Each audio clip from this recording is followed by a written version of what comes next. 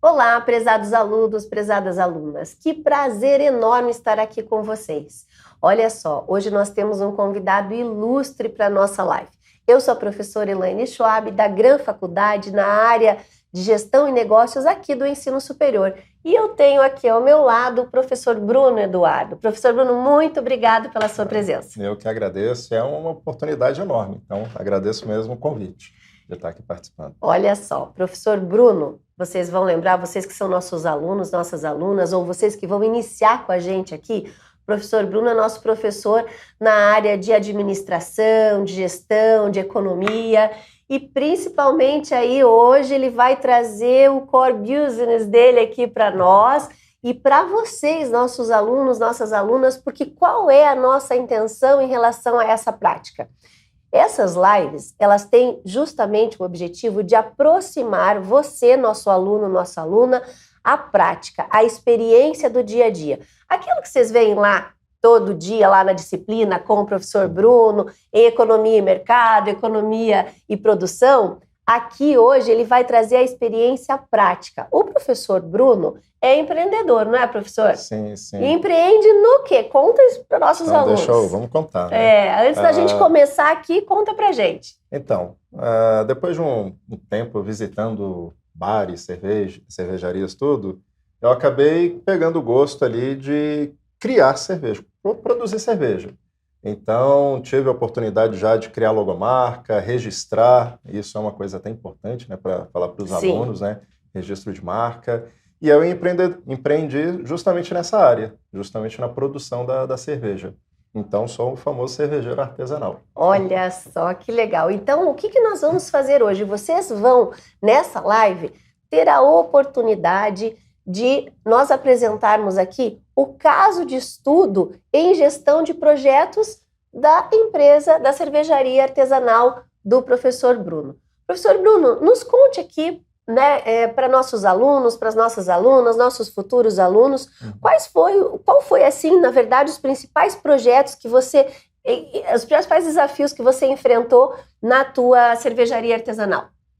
Bom, aprender um pouco de química, porque justamente seria novidade ali aprender toda a composição química da produção da cerveja.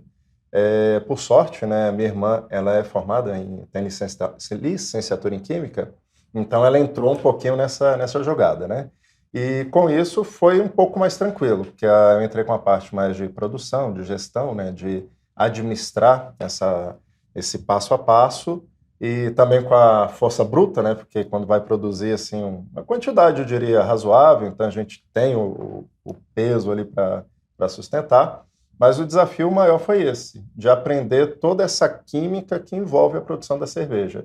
E estudar, no caso, assim, os pré-requisitos de registro, de toda a área, porque às vezes a gente pensa, como administrador a gente pode ir lá abrir a empresa e fazer. Não é bem assim. Não verdade. É bem assim. E quando nós falamos aqui em gestão em projeto, teve todo um desenho, todo um projeto para iniciar essa micro cervejaria?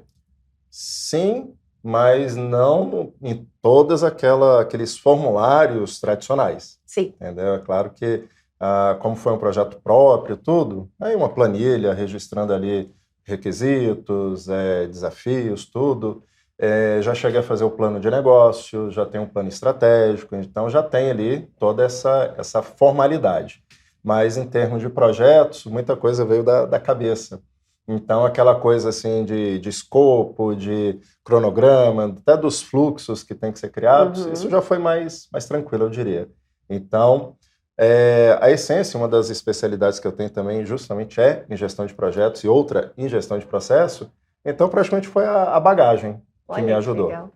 Viram só? Nós estamos aqui com um professor que ainda é especialista na área em gestão de projetos e em gestão de processos. Por isso que é um sucesso essa cervejaria artesanal. Então, quando o professor Bruno trouxe uma questão aqui muito interessante. Ele falou aqui em plano de negócio.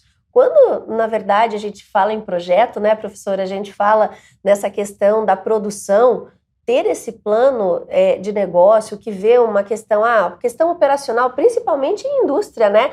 A questão do projeto e do processo tem que estar muito bem desenhado, né, professor? Sim, sim. A questão assim, do plano de negócio eu acho fundamental, e uma das ferramentas que eu adoro, que é o próprio Canvas. Então, ele pega todo aquele passo a passo, desde o insumo até a relação com o cliente, tudo. Então, isso eu achei bem bacana.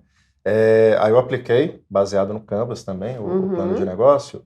E na parte do projeto em si, uma coisa bem legal é o layout, que a gente aprende até em organização, sistemas e métodos, mas a forma de fazer o layout da produção, para evitar aquele retrabalho, então aquelas indas e vindas desnecessárias, então risco, né? Porque a gente está naquela produção, pode contaminar o material, tudo. Sim. E com isso, da forma ali de produzir o layout, que seria como se fosse a planta baixa, né? Para fazer o layout ali da produção. Então, cara, é top assim, quebrar a cabeça para fazer tudo isso. E ainda digo mais, fazer tudo isso na casa da minha mãe. Olha porque só. lá que é a produção em si, né? Sim. Então, e há quanto tempo você está com esse projeto? Desde 2018. 2018. Que a origem foi uma viagem que a gente fez em família, e aí eu tive a oportunidade de conhecer uma micro cervejaria, e, cara, legal, aquele negócio de cerveja artesanal, tudo. Eu falei, pô, vou levar isso para casa. Aí trouxe a ideia e questão de 5, 6 meses após a viagem, já estava ali fazendo minha primeira leva de cerveja, minha primeira produção. Olha só que interessante. Quando a gente ouve assim o professor Bruno comentando, né? Professor nosso aqui do GRAN e também empreendedor. E nós trazemos aí muito da teoria para isso que ele está comentando aqui. Olha só, o que ele realmente realizou na prática, né? Tendo que fazer ali a planta baixa, o planejamento todo operacional da microcervejaria, pensando no espaço, pensando ali em relação aos testes, né? Em relação a testes, aos riscos que precisa, né? Por uma questão de contaminação. Tem que pensar em tudo, né, prof? Não, e o risco, né? Muita gente fica, às vezes, com receio. Mas é uma cerveja artesanal. Essa cerveja artesanal, ela tem algum problema? Tanto é que eu sempre brinco, a cerveja artesanal ela é viva. Ela tem que viver refrigerada porque o processo dela é contínuo.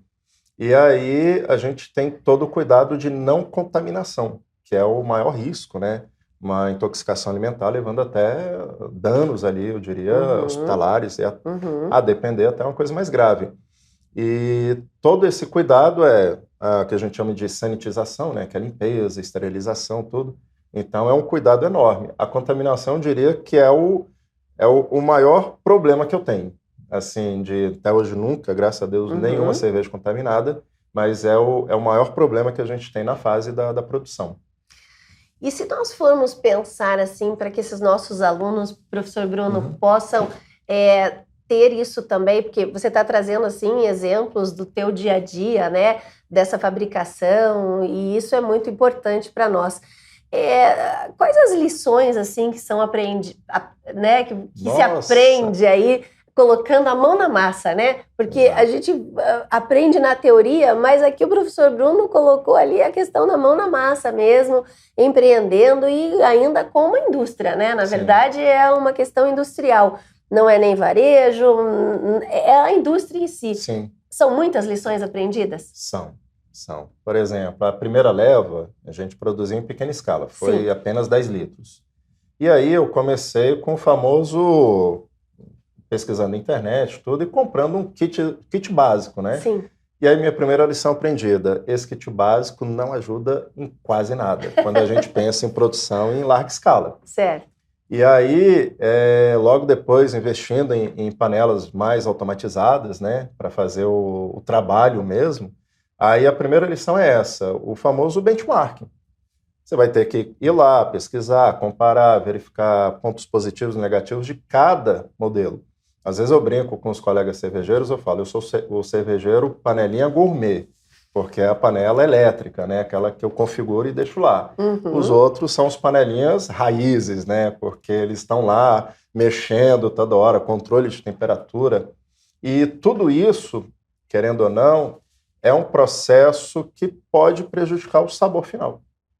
Porque se você tem uma coisa com automação, a probabilidade de dar erro é bem menor e você não ter uma cerveja ruim, eu diria, né? E se você não fica ali no manual mesmo, apesar do processo artesanal ser bem legal, mas quando você fica naquele manual, a probabilidade de sair uma cerveja ruim, ela é maior, bem alta mesmo. Entendi. E, professor Bruno, quando nossos alunos estudam, né, e está lá na teoria que você, como nosso prof, traz também, se a gente falar no segmento da cerveja, é um segmento gigantesco, né? Como que você se diferencia ou quais, né, essa questão de, nossa, vou correr o risco, porque aí é um risco também calculado dessa questão, e mesmo na cervejaria artesanal, eu acho que cresceu muito, né? E os nossos alunos sempre estudam que há necessidade da análise da concorrência. Então, isso é um fator importante. Sim. Dá essa dica aqui para nós. Bom, vamos lá. Aí usando outra referência, outra técnica, análise de porta, né, das forças. É um mercado que ele é de difícil entrar e de fácil saída. Então, isso é um pouco assim, é difícil. Se você consegue entrar, atender os pré-requisitos ali que o Ministério da Agricultura exige, né, o próprio MAP exige, então você conseguiu entrar no mundo mais seleto. E só o fato de você conseguir entrar nesse mundo seleto, a competitividade, ela, tipo assim, ela existe, claro, mas você tem um diferencial, você pode cobrar mais caro. Porque mesmo concorrendo ali com grandes marcas, elas produzem em alta escala para um público ali, que eu diria, marketing a gente estuda isso, né? Você tem aquele grupo ali que ele é mais específico, aquele que gosta de cerveja artesanal, no caso. Seria mais um nicho de mercado. Isso. E aquele outro que tanto faz. É a demanda em si, né? Aquele público que realmente quer comprar esse produto. Por exemplo, eu sou desse público da cerveja artesanal. Isso. Então, quanto mais cervejas diferentes eu provar, melhor. Sim. Entendeu? Agora, quando um nicho de mercado. É um nicho. E aí, quando você entra com outro público, nem vou pensar em competir com ele. Porque, como a gente está falando de produtos diferentes, querendo ou não, são diferentes, então a competitividade ela é diferente também, diferenciada. Então, você entra no nicho de cerveja artesanal. E aí, a depender da cidade que você reside, por exemplo, aqui no DF. Aqui no DF, nós não temos uma grande variedade de produtores locais. Porque a gente tem uma terceirização, né? Eles produzem na indústria cervejeira mesmo, como se fosse um aluguel, a gente chama de cerveja cigana. Eu vou lá na indústria, alugo por um dia, e aí eu levo o meu produto e vendo, por exemplo. Entendi. Entendeu? Aí, e tem problemas e, como é que se diz assim, oportunidades e também desafios. Sim. Um grande problema é porque a sua receita fica com a indústria. Então, se você tem aquela receita que é o seu diferencial, aí eu não sugeriria fazer como é que se diz? Essa parceria. Melhor você manter contigo. Olha só, né? O professor Bruno trouxe aqui para nós várias questões falando de concorrência, falando, né, desses diferenciais. Acabou de nos dizer aqui uma das questões que a gente realmente vê na teoria. Quer dizer, há necessidade de ter um atributo, um diferencial, mesmo que, né, seja um nicho de mercado, ou pequeno ou grande, cada um precisa ter ali aquele atributo, aquela diferença, né, prof? E para a gente finalizar essa live, prof, professor Bruno, o que você diria para esses futuros empreendedores? Qual dica que você deixaria para esses futuros empreendedores? Bom, primeiro vou defender um pouquinho a formação, né? Muita gente fica com receio, assim, vou ser administrador, vou trabalhar com o quê? Vou fazer o quê? Então, o empreendedorismo é isso, ele nasce de uma ideia, você não sabe se ela vai dar certo, se vai dar errado, mas é um risco. E o empreendedor, ele arrisca, só que arrisca calculando os impactos. Então, empreender é isso. Então, por exemplo, você que está fazendo sua formação, está ali avançando e depois vai fazer o quê? Então, pega aquela sua ideia, eu diria assim, a minha ideia, desde quando pequeno, não era ser cervejeiro, nunca, né? Sim, mas, sonho realizado. Eu diria assim, hoje, depois de adulto, eu falei, pô, legal, dá para investir.